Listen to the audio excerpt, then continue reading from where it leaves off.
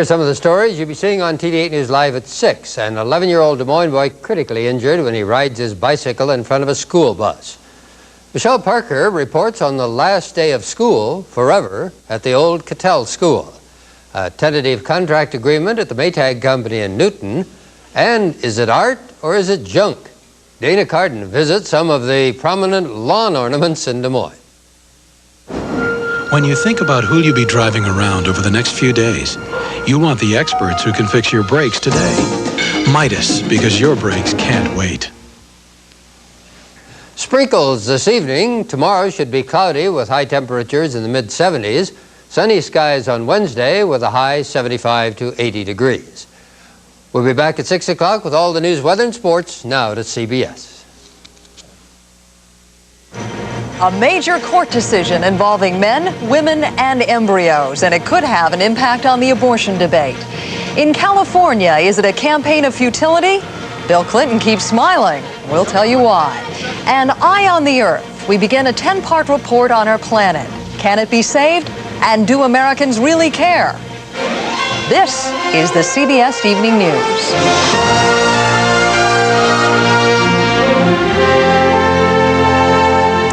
Good evening, everybody. I'm Paula Zahn, sitting in tonight for Dan Rather.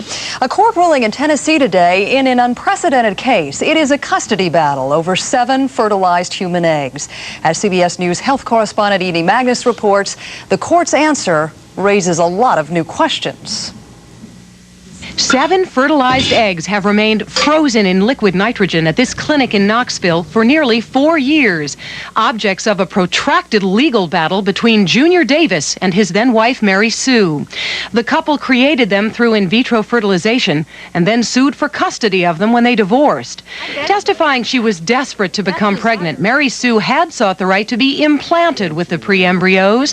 Her ex-husband argued he should not be forced to become a father against his will. At this time, I do not want to have children. Today, the Tennessee Supreme Court came down on his side. It ruled unanimously that when a couple cannot agree on how to dispose of pre-embryos, the party wishing to avoid procreation should prevail. The landmark decision marks the first time that a high court has clearly stated both potential parents have veto power in disputes involving in vitro fertilization. And the opinion clearly asserts that the interests of adults prevail over the rights of the unborn, a point which ethicists predict will factor into the national debate over abortion. If the Supreme Court in the state of Tennessee is saying that a man shouldn't be forced by the state to be a parent against his will, surely there have to be implications about forcing women to be parents against their will. Still unresolved, what to do with those 7 fertilized eggs. The court has said the fertility clinic is free to dispose of them, but there's no consensus about the terms under which pre-embryos can be destroyed, a problem which goes far beyond this particular case. It is true that now in the United States there are several thousand embryos, or pre-embryos as some people call them, and it's a growing problem. Attorneys for Mary Sue, who has since remarried, say she's disappointed by the opinion, but they say it's unlikely they'll appeal her case to the U.S. Supreme Court. Edie Magnus, CBS News, New York.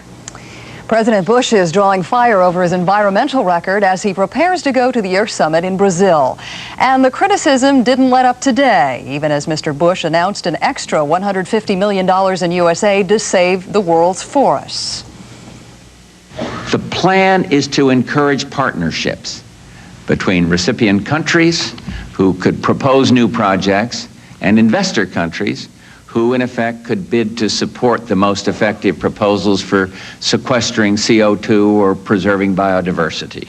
This is a smokescreen designed to divert attention from the consequences of the president's insistence that no commitments be included in the treaties that are due to be signed at the Earth Summit.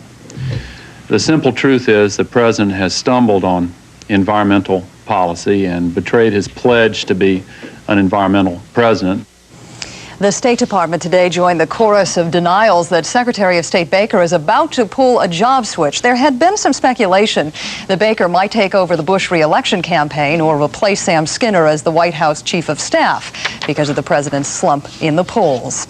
And that slide seems to be getting deeper. In a CBS News poll out tonight, Mr. Bush's public approval rating is down to 35%, the lowest ever.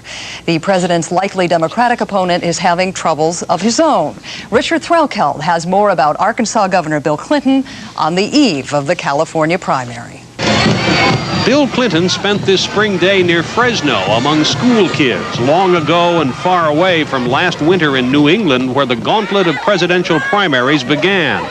Tomorrow it's finished, and he has survived. Don't worry, man. You stay with me. Since New Hampshire, Clinton has methodically marched from primary to primary, gathering delegates as one challenger after another dropped out. Now he has almost the majority he needs to clinch the nomination. After tomorrow, he will have it for certain. Good. Hey, Jerry, thanks for caring, and you got my vote. Thank you. The other Democratic survivor, Jerry Brown, is trailing Clinton in the latest California poll, and Brown's already looking beyond this campaign toward creating his own future grassroots public interest lobby. Clinton's immediate problem is to silence those I told you so's in the Democratic Party who've said all along Clinton can't win in November. And he won't get much help from a CBS News nationwide poll completed this weekend, which shows Clinton running 8% behind President Bush and virtually tied with Ross Perot. Only 15% of those polled viewed Clinton favorably. Perot, who has yet to officially announce, has attracted millions of voters in large part because he is neither President Bush nor Bill Clinton. Clinton's dilemma is evident even among voters here who come out to see him. I'm still not sure. I'm not sure if I can quite trust him yet. I'm not sure if I can trust any politician at this point. Perot hasn't been in politics. He's not tainted yet. I think it's time to get somebody who hasn't been tainted by the establishment, somebody new, somebody fresh, somebody who doesn't know anything. If Clinton himself harbors any doubts about the Perot problem, it doesn't show. Time's on our side on that deal. They said in February he was dead. They said in March he was dead. They say in May he's dead. He's just starting.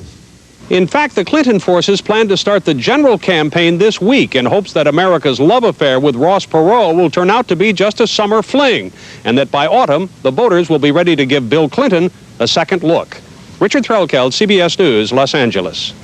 In the wake of the riots, the presidential primary has been overshadowed by local issues in Los Angeles. More about that now from correspondent Ron Allen.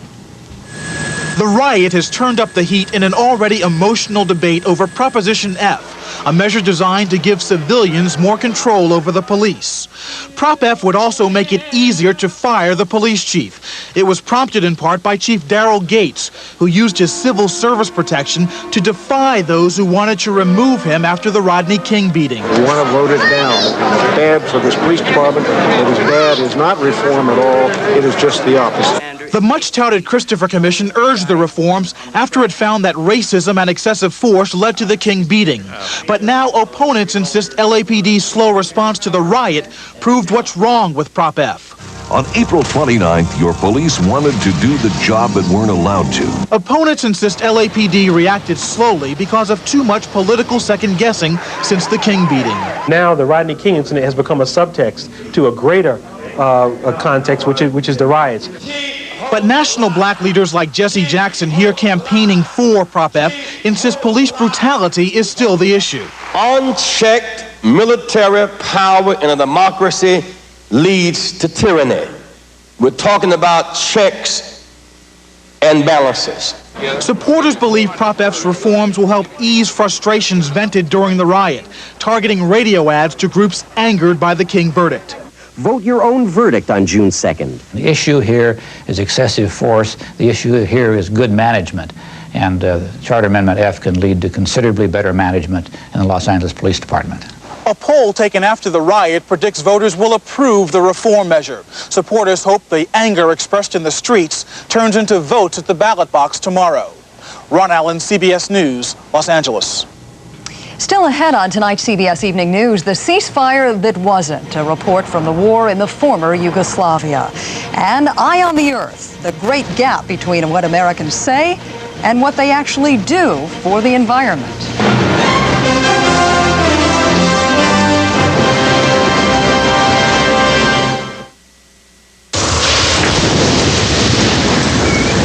It seemed like the rain would never stop. I mean, I could feel the dampness in my bones. For the first time since my doctor said I had a touch of arthritis. He had some pain, so we called the doctor, and he recommended extra-strength Tylenol. That's right. With all the choices for your arthritis pain, well, I was surprised. Well, the Tylenol worked. The pain cleared up. A lot sooner than the weather. Tylenol, arthritis pain relief from the name you trust.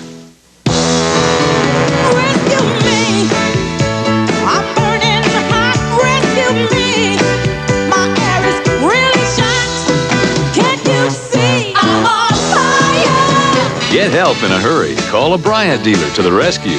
Bryant's quiet 2-speed plus air conditioner has a lower speed to help lower your energy bill. And only your Bryant dealer has it. So call Bryant to the rescue. Come on, Bryant, and rescue me. Rescue me. Serbian forces broke another ceasefire in Bosnia today and pounded Sarajevo with artillery fire. Bosnian authorities say at least 30 people have been killed over the past 24 hours. The fighting went on despite UN sanctions against the Serbian rulers of Yugoslavia, who are blamed for the civil war now raging in Bosnia. Correspondent Barry Peterson has the latest. This is how Sarajevo sounds during a ceasefire. People running to avoid sniper fire.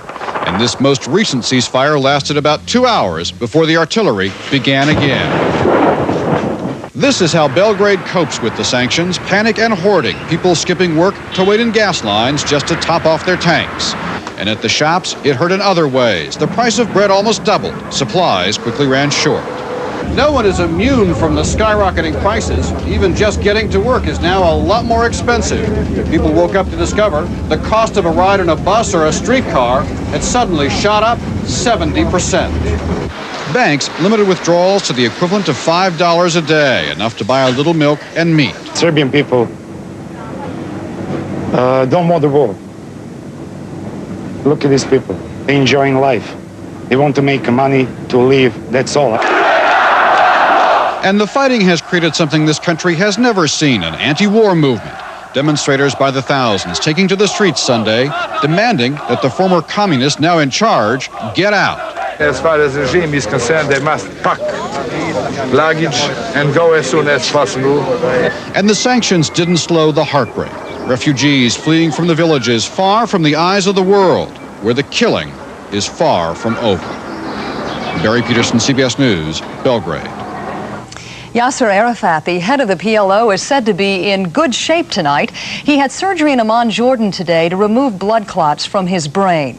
Arafat is 62. His doctors say the clots developed when he was injured in a plane crash earlier this year. Now here's a look at some more stories CBS News is following. 2 private planes collided over Montgomery County, Maryland today. One broke up and crashed, killing the 3 people on board. The other made a crash landing. The 4 people on that plane survived. There's been an arrest in the long unsolved slaying of Bob Crane, star of the old TV series Hogan's Heroes. Crane was killed in an apartment in Arizona in 1978. Today, police arrested an old associate of the actor, identified as John Henry Carpenter. Science has brought something new to light. A company in Ohio unveiled a high-tech bulb said to last up to 18 years and use much less energy. The new bulb goes on the market next year for $10 to $20. And what is so rare as a day in June? How about snow on the 1st of June? Colorado has some, thanks to a spring storm. Stay with us now for more news, including doomsday for the once high-flying Strategic Air Command.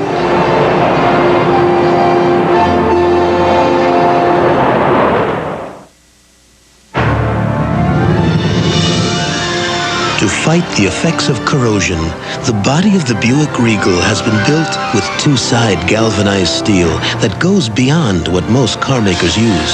Beyond Honda, beyond Toyota. In fact, all Buicks are warranted against outer body rust-through for 6 years or 100,000 miles. And that's a promise you don't have to take with a grain of salt. happened. They've taken the secret. Europeans are upset. The Kellogg's Mueslix cereal uses their secret recipe. This we kept in the family. After all, they've been guarding this delicious secret forever.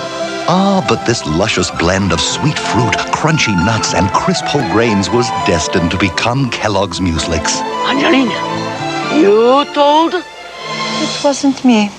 I swear. Kellogg's Mueslix, the European secret for great taste. A late night snack, and no bag keeps it fresher than Ziploc brand storage bags with the gripper zipper. Tough, tiny teeth you can feel gripping, so you know freshness is locked in. Honey. Caught red-handed. There's only one Ziploc. Why Centrum Silver? Because you're over 50 and you're just hitting your stride. Centrum Silver vitamins. Because the latest scientific research about changing nutritional needs after 50 is built in. Centrum Silver. It's a great time to be silver.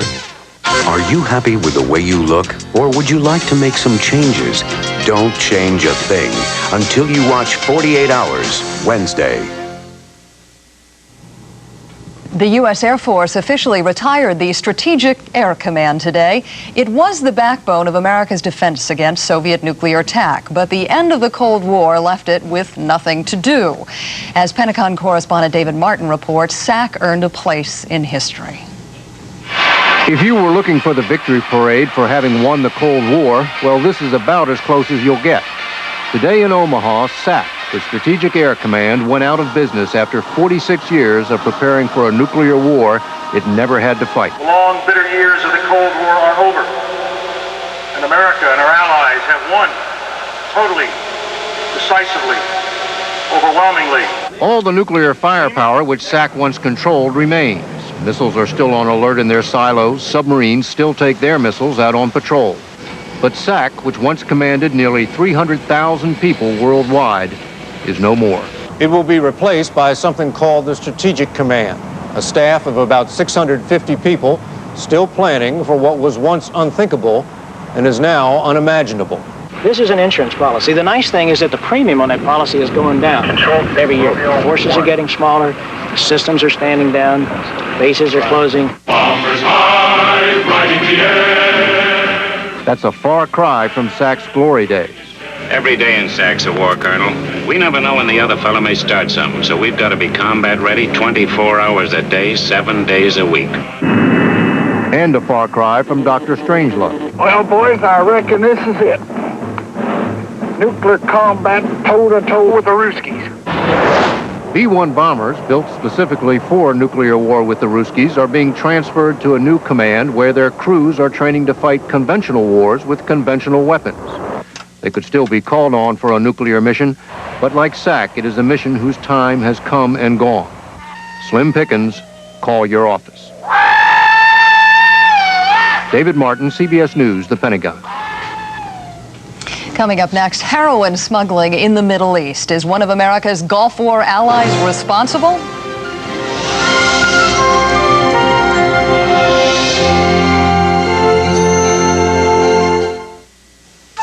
All across America, more people repurchase Kenmore appliances than any other brand.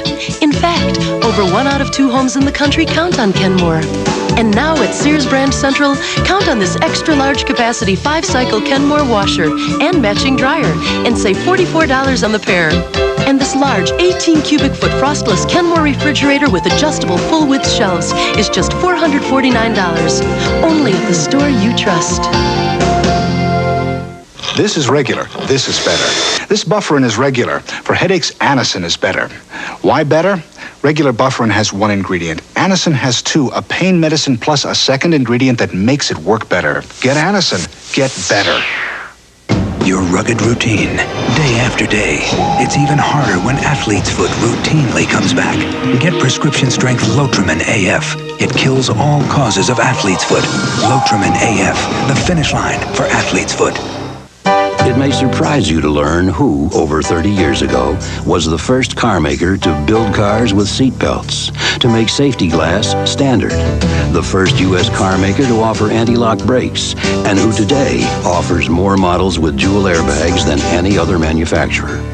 That company is Ford Motor Company. We're committed to making safety innovation an important part of quality. Ford Motor Company, Quality is job one.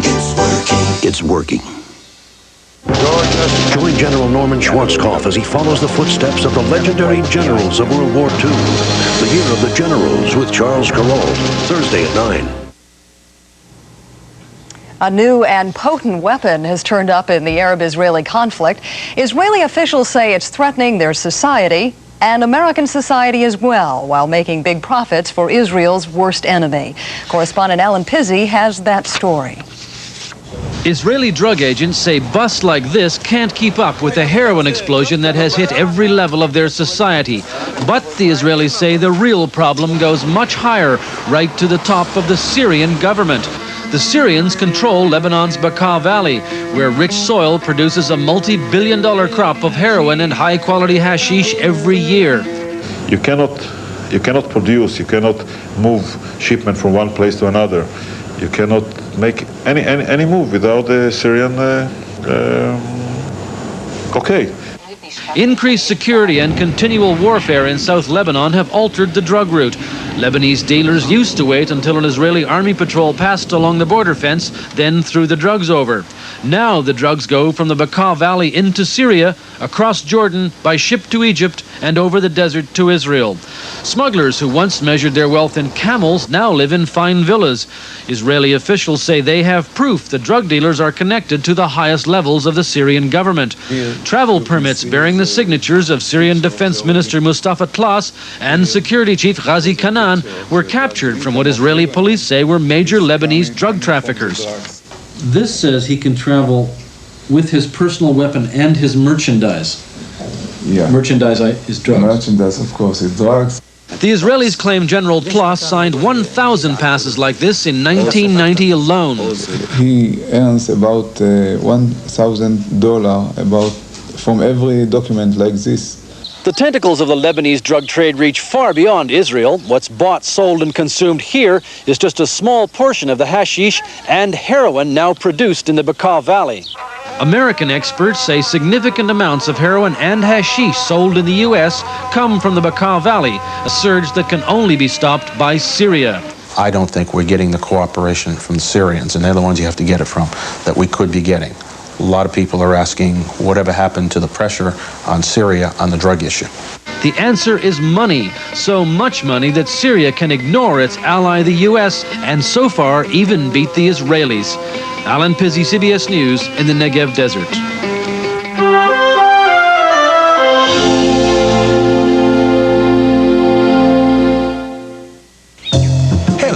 I'd like to talk to you about an invisible problem, the invisible bacteria that cause nasty denture odor. Fortunately, antibacterial Effident not only cleans the stains you can see, it kills the odor-causing bacteria you can't for clean, fresh dentures. So while the problem may be invisible, the solution is clearly evident. Darling, we're on TV. Antibacterial Effident cleans what you can see and what you can't. For a few short weeks at Red Lobster. Wait till they taste this. We're putting together lobster, crab, and shrimp. This is gonna be really special. Ordering. We're cooking to order sweet lobster, succulent shrimp, and Alaskan snow crab, and serving them all together. Don't miss our best combinations ever. They're just for a limited time.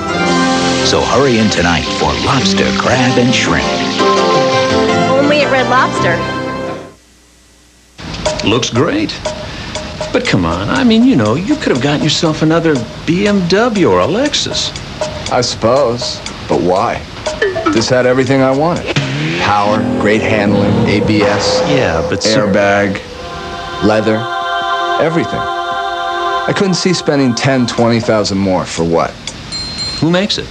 Pontiac. It's the new Bonneville. Nice. Searching for the perfect shave? Let Norelco show you what it's like from the inside. Here, there's a system for a close, comfortable shave that exists in no other razor. Our patented lift and cut system lifts the hair so when it's cut, it can actually drop below skin level without the blades even touching your face. So to look better on the surface, remember, Norelco shaves below the surface. Norelco, we make close comfortable. This is the time we normally bring you Eye on America. For the next 2 weeks, we're going to widen the view to bring you Eye on the Earth, a special look at the environment. Most of us say we're concerned about what's happening to the planet we share. But as Wyatt Andrews reports, not many are willing to share the sacrifice to clean it up.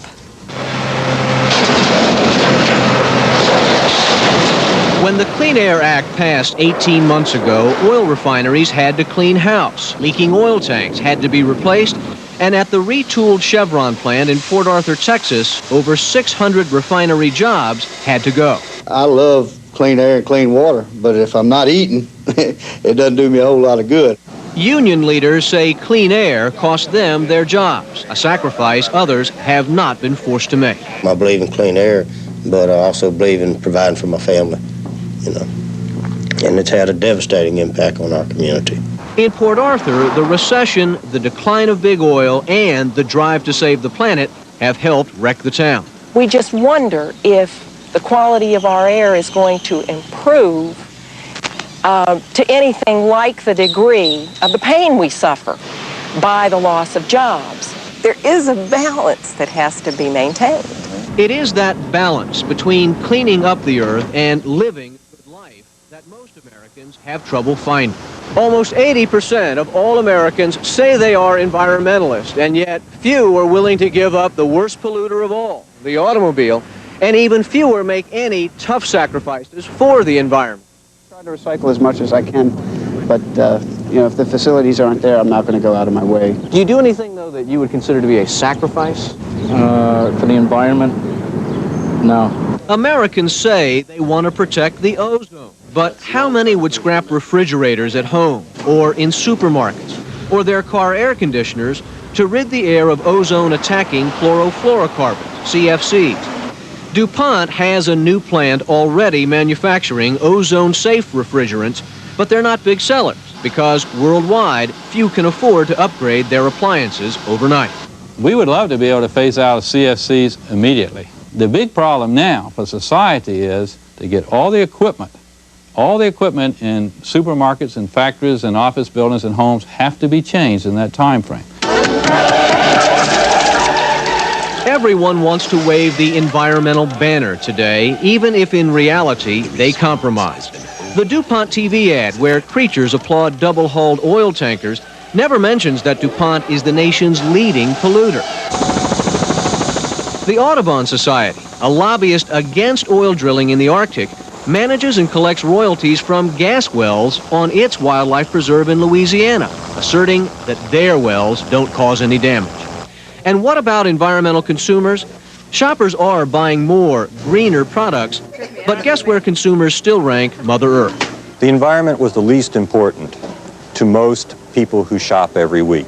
Nutrition, value, taste, safety were much higher. If everyone helps to clean up the environment, even if they help just a little bit, over time the world may begin to clear up a bit, and it will be a nice place for the next generation. What may change America is a new, greener generation.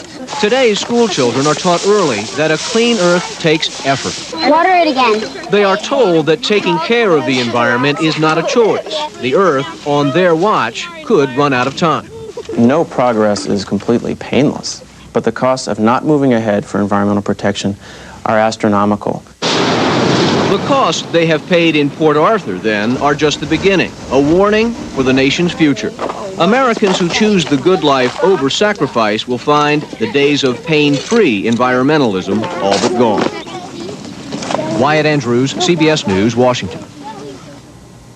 That's the CBS Evening News for tonight. Dan Rather will be back tomorrow. I'm Paula Zahn. I'll see you in the morning on CBS This Morning. Thanks for joining us tonight. Good night.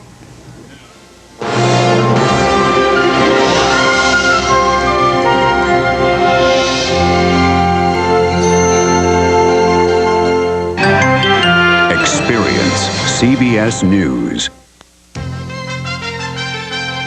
Next on the TD8 News, live at 6, deadline approaching in the state budget crisis. The governor sounds like he's ready to exercise veto powers. I'm Martin Augustine. I'll have a live report from the State House next. Also tonight, a Des Moines youngster critically injured on this, the last day of school, the accident involving a school bus. And Dana Carden asks the question, is it art or junk, in tonight's Eye on Iowa? Connie's forecast and Heidi with Hoover Ball. TV8 News is next. Why should you shop the New York Suit Exchange? I'm in the diamond business, and I know quality. This is quality. I recommend the New York City Exchange because of the price, the quality of the suits, and the service. I've been shopping here for a year and a half. When I started shopping here, the suits were $100, and they're still $100. Looked at them and just, loved them. The suits are all $100. You can't beat that. Best price, best selection every day. When I'm looking for a good suit, I think of the New York Suit Exchange. It's that simple. Quality suits, just $100 every day.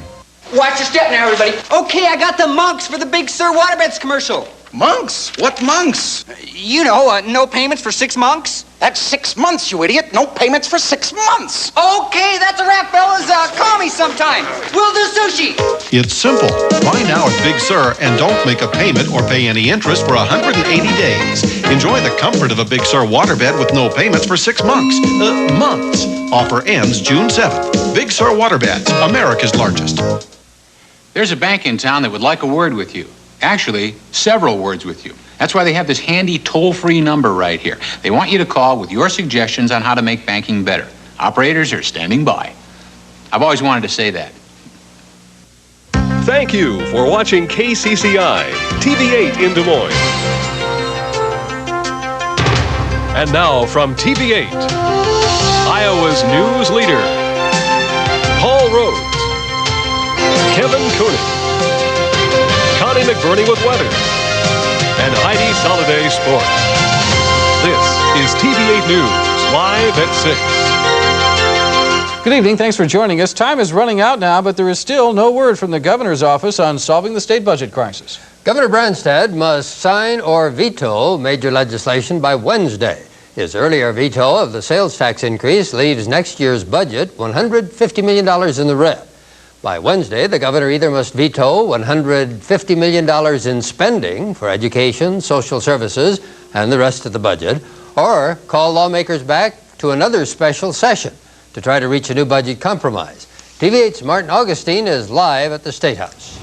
Well, Paul, in all likelihood, Governor Branstad will veto most of the budget package sitting on his desk because he does not believe enough spending reform, including a property tax freeze, has yet been accomplished. Now, this puts the state right back at square one, with the governor ready to use his line-item veto powers to balance the state budget. And that will place many state agencies right back where they were at the start of this year, in a financial hole. Consumer Protection, may I help you? The Iowa Attorney General's office is handling more and more cases with fewer and fewer people. Many desks are empty as the office is requiring workers to take 2 unpaid furlough days before the end of this fiscal year. It's hard for employees, I think, not only to be asked to take the days off without pay, but also to cover other people's work and to do an increasing amount of work constantly. To avoid layoffs, the office is leaving 23 vacant jobs unfilled. The picture is even more stark at the Department of Agriculture. All 502 employees stay at home today, their offices still affected by last year's budget veto. But Branstad is keeping his options open. He may even call another special legislative session. Regardless, he must make a decision by Wednesday, and he says he will work closely with legislative leaders. It's not an easy process, and I feel that the legislature has an obligation to be part of the solution and balancing the budget as well. But Democratic leaders say they've heard nothing from the governor or his staff. And this angers House Majority Leader Wayne McKinney, who believes Iowa's troubles would be eased if Branstad would approve the Democrats' budget package, complete with a sales tax increase. These are trying times now. He has a tough job, but he's going to have to give his recommendations. Now, the governor and the legislature have been at an impasse all year on just how to balance the state budget, and it appears tonight that battle will continue. Paul? Could the governor veto money for state worker pay raises? Well, that is an option. He got an opinion from the Attorney General's office that said, in theory, he could veto that to bring non-union state workers' pay in line with union workers. However, the Attorney General's office also recommended that he not do that because he would in all likelihood wind up back in court. The last time he did that, he lost in the Iowa Supreme Court. Thank you, Martin. A tragic end to the school year today. Police say 11-year-old Richard Lloyd of Des Moines was hit by a school bus at 16th and Burlington Terrace, that's near Hickman Road. Investigators say the boy came down a hill at a high rate of speed on his bicycle and then rode right into the path of the school bus. It was driven by 62-year-old Clarence Howard Farr. Lloyd was struck by the front of the school bus, thrown to the ground, suffering critical head injuries. He is being treated tonight at a local hospital. The bicycle has been run over by the left front tire. Has crushed the bicycle. However, it appears that the bus knocked him out into the street. There were no children on the bus at the time of the accident. A Polk County judge is expected to rule later this week on whether to move the Polk County trial in the Jonathan Waller abuse case. Waller's mother, Joanne Taggart, is charged with felony child endangerment in the beating of her 4-year-old son this winter. His injuries include a broken arm, fractured liver, a massive chest bruising, torn colon, and brain injuries. Taggart's attorney, Artis Rice, asked for a change of venue due to all the publicity. Rice also asked to separate Taggart's trial from that of her boyfriend, who was also charged in the case. Hearing on the changes set for Friday. The Maytag Company has reached agreement with the union representing its employees today, averting a strike at Maytag's plant in Newton. A new 3-year tentative agreement with the United Auto Workers came hours after the current labor agreement had expired at midnight. No details of the tentative pact were revealed. The 1,950 workers covered by the agreement will vote on whether to accept it this Thursday. In the meantime, all workers stay on the job in Newton. This was a day for cheers and a few tears as classes ended for students in the Des Moines School District. Students were out the door at or before the noon hour today. At Cattell Elementary School, students and teachers were not only saying goodbye to each other, they were also bidding farewell to their century-old school building. TV's Michelle Parker reports on what the future has in store for Cattell's students and staff. James Hawkins. The class of 1992 at Cattell Elementary School received certificates and praise as they graduated from 5th grade. Students are looking forward to summer vacation. I'm going to South Carolina for a family reunion. The class also made history today. We're the last class out of the old building. The old Cattell School is 102 years old, rich in history and memories. But next fall, students and staff will be in a brand new Cattell School built next to the old one. Workers are moving books and other items into the new building. The school is a reality thanks to a bond issue approved by voters. We've had history lessons. We've talked about, how things will be different for kids and just a change in the way we've been learning and teaching. As they spent their last few hours of the school year in the old Cattell, students talked about the exciting features of the new school. When it's hot, we get air conditioning, we get bigger rooms, and, you don't have to have a gym with the lunchroom together. Teacher Joanne Devon was packing her things today. She, too, is happy about the new school. It'll be just really nice for the teachers and children, I think. As the day drew to a close, students cleaned their desks and gathered their books together. And outgoing second graders wrote letters to the second grade of next fall. It's fun and you learn a whole bunch. Crews will begin tearing down the old Cattell School in July. Michelle Parker, TV8 News. Districts in surrounding communities let out school later this week. A mixture of bad weather could force Iowa farmers to replant some corn and soybeans. A combination of frost and dry conditions has hurt some stands of corn and beans. Overall, early reports put more than 1/2 of the corn crop at good to excellent, most of the rest rated fair. Soybeans in a similar situation, 60% good to excellent, 38% fair. Connie McBurney is back. Connie, did you bring any rain with you? Well, I tried. It's been flirting with us all day, but radar shows right now that all those rain chances that have been flirting with us all day have just dried up and gone away. In fact, we'll look for rain chances in the forecast and take a look back at the month of May later on in the news. All right, thanks, Connie. Coming up next on the TVA News, a new place to pedal your bike on a nice day. And also, is it lawn art or lawn junk? Dana Carden lets you be the judge when we come back. It was one of those freak accidents that just happened. But when I woke up at Iowa Methodist, they told me my back was broken and I was paralyzed from the waist down. At the Yonker Rehabilitation Center, they helped me learn and relearn everything so I could get out on my own. And today, I'm working at a major insurance company helping disabled people go back to work. The people at Yonker Rehab made all the difference to me. That, and the fact that we Gears never give up. Come on down to Calvin Hat. If you're looking for excitement, this is where it's at. Every night's a party, we've got fun galore. It's the place to go, 'cause who could ask for more? Every weekend at Kaplan's, enjoy specials on fresh seafood from Maine, flown in daily. Great foods, great company, imagine that when you cap off your day at Kaplan Hat. I heard you guys got a great deal on the '93 Ford Escort. Not a deal, a whole new way of buying. 4 Escorts, one price, $10,499. Not so fast. I want power steering, rear defrost, and a good stereo. Still one price. All right, I want air conditioning. And what if I want a hatchback or a sedan? $10,499. Right now, you can get any one of 4 new 93 Escorts, all well-equipped for only $10,499. No gimmicks, no hidden costs. See your Ford dealer today. How about a wagon? $10,499. Just checking. Urbandale is open for you. June 4th through 7th, bring your family and see why Urbandale is the place for you to live, to do business, to work, to shop, to play. This citywide open house kicks off Thursday, June 4th with an Urbandale Business Expo at the Metro Ice Sports Arena.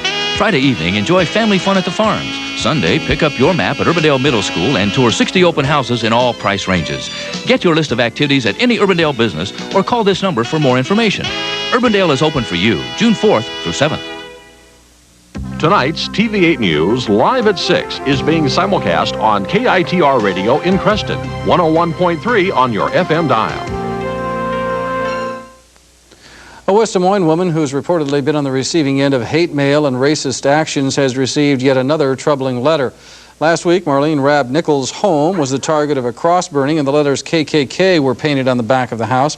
Earlier in the month, she had received a threatening letter urging her to move from the West Des Moines neighborhood she had recently moved into. West Des Moines police now confirm over the weekend Rabb Nichols received another letter filled with racial slurs. Rabb Nichols has moved her family for the time being. Police say they're still investigating the case, and the NAACP, as well as a number of other community groups, are assisting in that investigation. Fire investigators say a smoky junkyard fire in Des Moines last night was arson. Cleanup continued into today at Dawn's Auto and Truck Salvage on the southeast side, 12 hours after the fire broke out last night.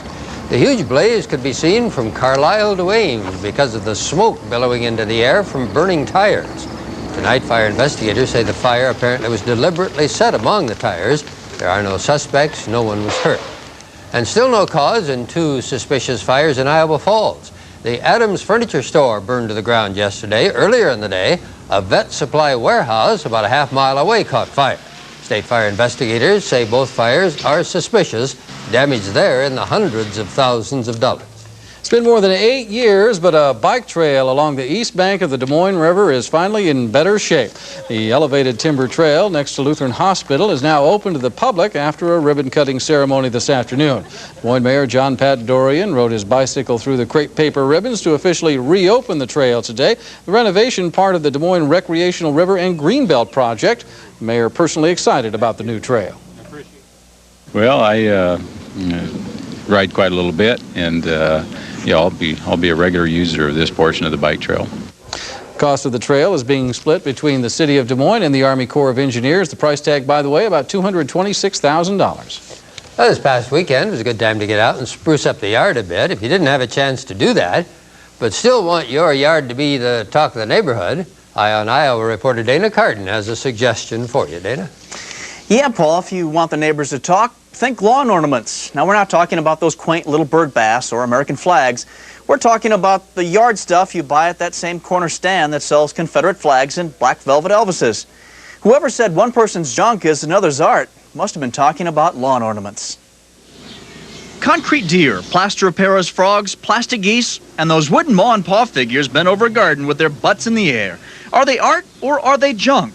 Sometimes it's a thin line that separates the two. It's junk, you say. How could anybody dare put this tasteless, tacky trash on their lawns? Really, butterflies the size of Great Danes? Come on, deer that look like plastic rodents and skunks of all things to have in your yard. Could you just imagine Van Gogh or Monet with a stuffed sheep in their yards? Hardly. How bourgeoisie, you say, as you feel your nose reach new heights. But apparently somebody likes this work of yard. After all, there are more fake deer on people's yards than real deer in all of Iowa's woods and forests. A lot of folks spend big bucks for these funky flattened cows and petrified geese and flapping plastic